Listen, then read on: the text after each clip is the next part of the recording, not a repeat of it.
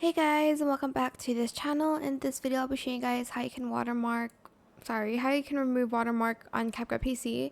So I'm just going to copy and paste my video here, and then I'm going to go to the effects section and I'm going to find the blur one. I'll just add that to my video.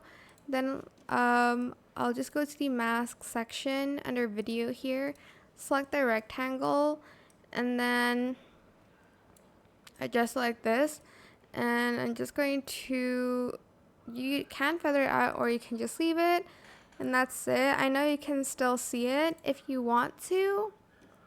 You can get another part of the video, mask it out and feather it out a little bit and place it on top, but don't feather it out too much.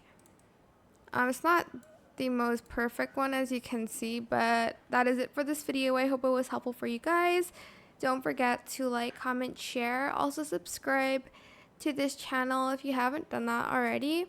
If you have any more questions about this video, just leave it in the comment section down below. I'll try my best to answer them all for you guys, and if you found this video helpful, please click the thanks button as well. That is it for this video. Thank you so much for watching. Bye.